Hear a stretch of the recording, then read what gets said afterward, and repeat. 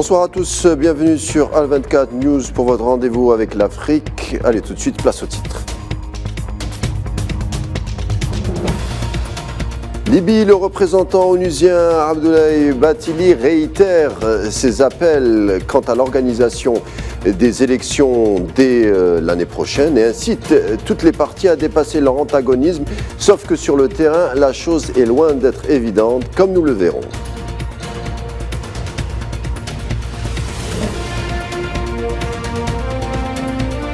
Gabon, malgré la maladie qui a diminué de sa mobilité, Ali Bongo sur le point de briguer un troisième mandat à 8 mois du futur scrutin. Les membres du parti au pouvoir ont appelé le président actuel à se porter candidat en août 2023.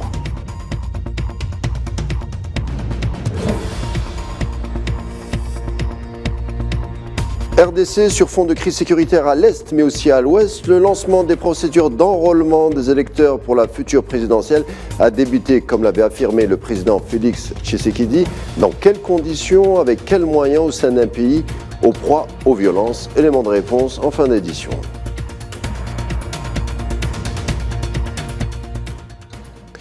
Avant tout, commençons par le premier titre du jour qui concerne le dossier libyen. La situation politique, à presque quelques jours du début de l'année 2023, ne tendrait pas vraiment vers la solution consensuelle. L'annulation des élections générales de l'an dernier est encore dans les esprits. Pourtant, aujourd'hui, toutes les parties se disent parées pour travailler ensemble. Néanmoins, sur le terrain, aucune traduction en actes n'est notable. Et par-delà, ce que l'on craint est tout bonnement la partition en bonne et due forme du pays. Sofiane Baroudi. Un an après l'annulation des élections générales en Libye, la fête de l'indépendance nationale, le 24 décembre, a été marquée cette année par de multiples appels à l'apaisement et au dialogue afin de trouver une issue politique et pacifique à la crise qui dure dans ce pays nord-africain. Si le processus politique initié à Berlin en 2020 paraît battre de l'aile, à l'ombre des discordes et de la dégradation de la situation sécuritaire, l'attachement à une solution politique préservant l'intégrité territoriale du pays semble partagé par la plupart des acteurs engagés sur la scène libyenne. L'unité territoriale est considérée en effet comme une ligne rouge à ne pas franchir et un principe intangible par les différentes parties libyennes. Le principe de la défense de l'unité territoriale de la Libye est défendu bec et ongle par les pays de la région, ainsi que par la plupart des acteurs géopolitiques pesant sur la situation. Ces derniers ont exprimé un accord sans embâche afin de privilégier une solution démocratique interlibyenne passant par l'organisation d'élections transparentes dans le strict respect d'un cadre constitutionnel permettant de sortir de la crise institutionnelle dans laquelle est empêtrée la Libye depuis une décennie. La bonne volonté affichée par certaines parties à l'occasion de la célébration du 72e anniversaire de l'indépendance de l'État libyen est un signal fort et positif qui vient démentir les bruits qui couraient sur une éventuelle proclamation de l'autonomie des régions de la Cyrénaïque à l'est et du Fezzan dans le sud du pays. Dans cet esprit, les membres du Conseil de sécurité ont dernièrement renouvelé leur appui aux efforts déployés par l'envoyé spécial du secrétaire général des Nations Unies pour la Libye, Abdoulaye Bathily. Ils ont aussi réaffirmé leur engagement à, je cite, soutenir le dialogue entre Libyens dans le but de former un gouvernement unifié qui gouverne toutes les parties du pays et représente l'ensemble du peuple.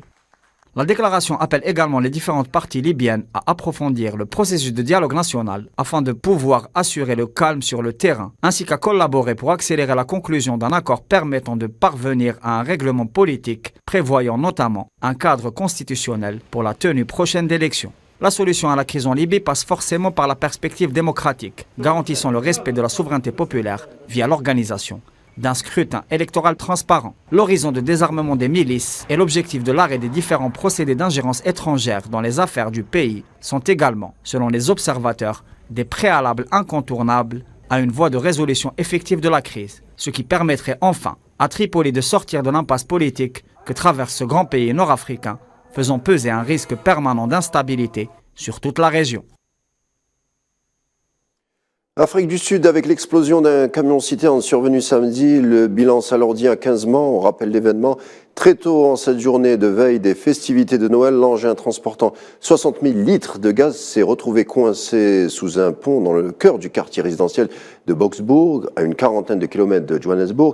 Des vidéos d'amateurs circulant sur les réseaux sociaux montrent l'explosion et la formation d'une énorme boule de feu sous le pont.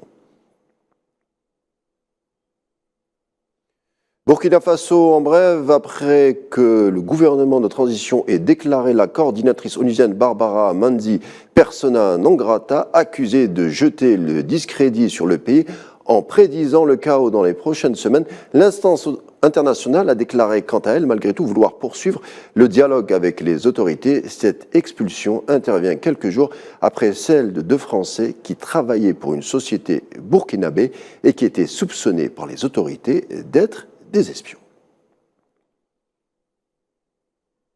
Et puis au Gabon, à 8 mois du prochain scrutin présidentiel, le parti au pouvoir, à savoir le PDG, Parti démocratique gabonais, qui s'est réuni en grande pompe ce week-end dans un stade à la périphérie de Libreville, a appelé le président actuel Ali Bongo à briguer un 3e mandat. L'intéressé de son côté a rétorqué, je cite, que les messages scandés n'étaient pas tombés dans l'oreille d'un sourd. On écoute les réactions. Pour nous, le distingué comme président est le candidat naturel de notre formation politique et nous espérons effectivement que d'ici là, le président se prononcera dans les meilleurs délais. Cette phrase laconique du distingué camarade président voudrait déjà dire, sans le dire, qu'il est partant pour un 3e mandat. Nous sommes venus non seulement pour redynamiser notre parti et ensuite solliciter la candidature d'Ali Bongo Ondimba pour l'avenir de notre pays. On le rappelle, Ali Bongo a pris les rênes du pays à la suite de son père Omar Bongo Ondimba après son décès en 2009. Et malgré un AVC qui a diminué de sa mobilité, il continue encore à diriger le pays. Direction, on va parler maintenant de la situation au Nord Kivu. Suite à la pression internationale, le M23 aurait opéré un retrait de la ville de Kimumba qui a été remis à la force régionale de la communauté d'Afrique de l'Est. Un retrait synonyme de leurre, selon l'armée congolaise via un communiqué. Les hommes du M23 se seraient dégagés pour regagner leur position initiale à l'est de Goma.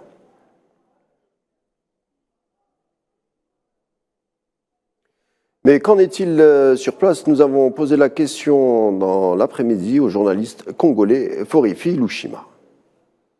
Cette organisation, cette structure régionale a pour ambition de balkaniser le pays, d'arracher un territoire du pays pour en faire le centre de gravité de la République swahili qui doit être créé par cette structure. En tout cas, beaucoup de Congolais craignent le fait que cette stratégie puisse aussi contribuer à la stratégie globale de la balkanisation de notre territoire. RDC, toujours le gouvernement qui tente de solutionner une crise qui s'installe dans l'Est, mais aussi à l'Ouest. On en parle peu. Un gouvernement qui tente, vaille que vaille, de respecter le calendrier politique en vue des prochaines élections de décembre 2023.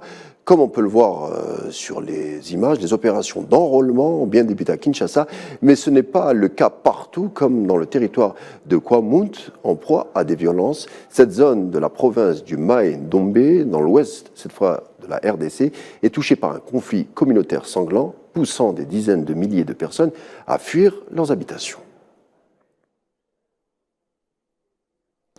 Direction à présent la Zambie, où il est permis à présent de diffamer le président. Le chef de l'État, Ekindi Hichilema, a également aboli la peine de mort, 2 promesses de l'actuel président, élu l'an dernier après des décennies dans l'opposition. Hichilema a signé donc un décret qui supprimerait ces lois héritées de l'époque coloniale, suscitant des réactions enthousiastes d'ONG et de militants des droits de l'homme. Ça sera tout pour votre rendez-vous du jour avec l'Afrique. Merci d'avoir été des nôtres. Je vous retrouve à demain, même heure et même endroit.